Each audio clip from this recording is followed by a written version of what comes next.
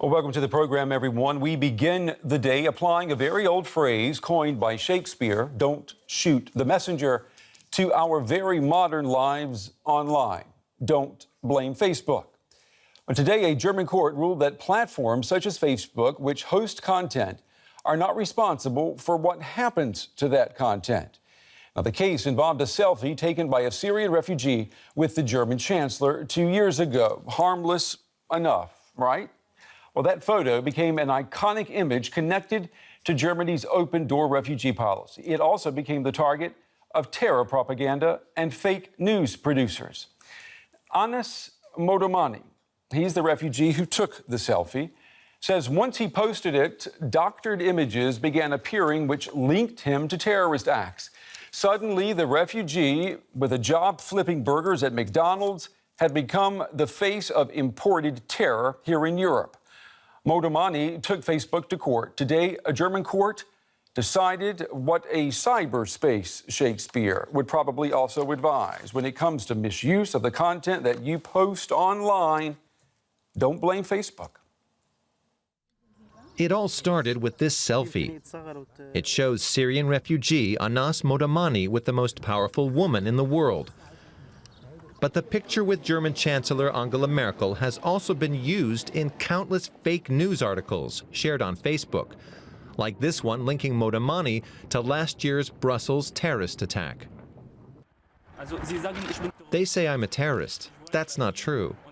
I live in Berlin and anyone can approach me. They've really changed my life.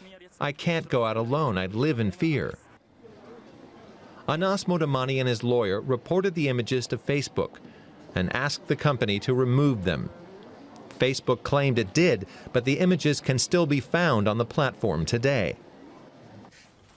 The case has raised difficult questions about how social media should deal with privacy rights and defamation in the European Union. Earlier, my colleague Charlotte Chelson-Pill interviewed Modomani's lawyer and got his reaction to the verdict. Okay, so a slightly disappointing result for you. How are you feeling about this ruling? Well, I expected to find out what comes out, what happens when a victim of libel and slander goes to court in Germany against Facebook. And we learned a lot of things today. Of course, I would have liked to win, but we have found out that with the current law we have in Germany, it will be impossible or at least extremely difficult to remove illegal content on Facebook. Do you envision contesting this ruling in any way? It is very likely that this ruling could be contested and that new aspects or even a completely different verdict could come out if Anas Modomani were to go to Bamberg, which would be the next higher court. Most of all, a main proceeding would be necessary to clarify a lot of those questions that were left open today. We learned that the question of whether it needs a wonder machine for Facebook to find identical pictures on the system requires a main proceeding, because in this preliminary injunction the court says it was unable to make a decision on whether or not it was possible. Okay, you mentioned that you believe that this process had sent a message. What kind of message were you talking about? Well, what we have learned today is that if we wanted to enforce German law on Facebook, we will need different laws. Even if we had won this case, it has taken 10 weeks for this picture to be taken down. It actually is still online as we speak today. And this does not make sense. It needs Facebook to delete illegal content. What we will need is real incentives for Facebook to remove illegal content. Currently, Facebook is doing okay by just saying, we don't care about German law, we don't take down content that we like, that makes traffic and that we make money with. And therefore, there's no reason for Facebook to voluntarily take down content. You'd mentioned that this had been personally quite a stressful process for you. Why is that? Well, when you fight against Facebook, we found out you have to take into account that Facebook will attack you personally, and I also learned that there are threats, and that's really stressful and strenuous. So I didn't think it would be so difficult to go through court here in Würzburg. What kind of threats are you referring to, if you don't mind me asking? Well, there were serious threats, and people asked me to discontinue my activities against Facebook, else there would be harm done to me or my family. Well, Facebook has reacted to the verdict by issuing a statement. We have it translated from German here for you. We appreciate that this is a very difficult situation for Mr. Modomani. However, we are pleased that the court shares our views that legal proceedings are not the most effective way to tackle this problem. Joining me now here at the big table is Theresa Locker. She is an editor at Motherboard Germany. She writes about online culture and security. It's good to have you back on the show. So Facebook says the courtroom is not the place to solve the problem of content misuse. Well, do you have an idea of what's the best place to do that then?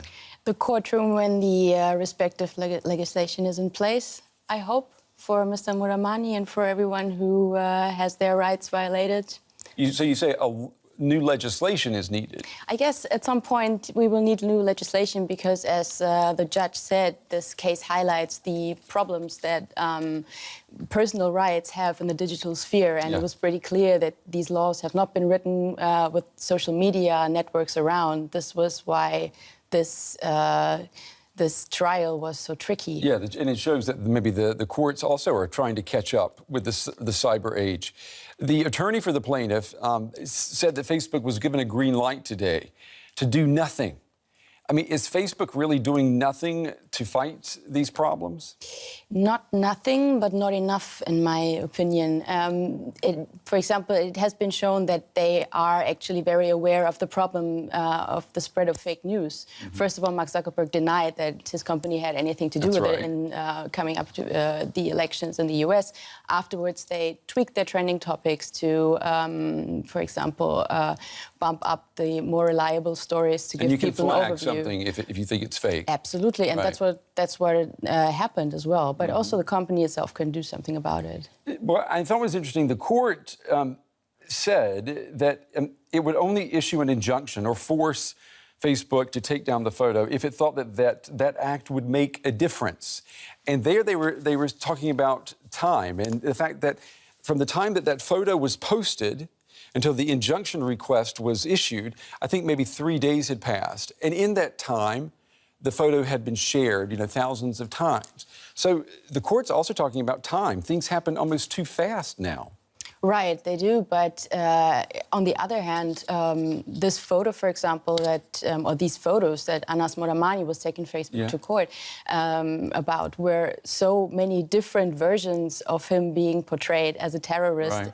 And he was being brought in connection with several different terrorist attacks. So whenever one picture has been taken down because he flags him, doesn't say that somebody can't just tweak something about it. And does Facebook have the capability to delete content anywhere on its platform? I mean, that's what he's saying. You've got the power to do it. Why don't you do it? Yes, they have. And there are algorithms in place. You can, by now, Facebook has a lot of artificial intelligence connected to their image search functions. So they can tell very accurately, is there a tree in the picture? Is it left or right? Is there a tree? Is it summer? Is it spring? Whatever. Right, so they've got the power to do what was being asked of them.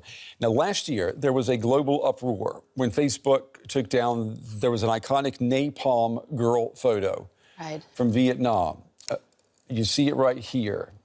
Now, Facebook said that the photo of a naked girl was a violation of its policies on pornography and decency. Right. Now, any user would be justified in asking, Theresa, if Facebook can take that photo down, why can't it take down a photo that's being used for fake news and to accuse someone of being a terrorist? Yeah, well, there is one little thing that you really got to give to Facebook, which is there are really good algorithms in place and search patterns that can track flesh, which is which is identifiable as being pornography. So that napalm picture, because the girl is naked, is easier to identify than something so vague as, for example, violence. I see. Okay, so that's one point. We know the case is going to be appealed. What's your advice for online users in the meantime? Stay vigilant, I guess. You just have to check whenever somebody is misusing your picture and just apply some more pressure on the company, because I don't think that will be the last case we've seen. All right. Theresa Locker with Motherboard Germany. As always, Theresa, thank you very much. Thank you.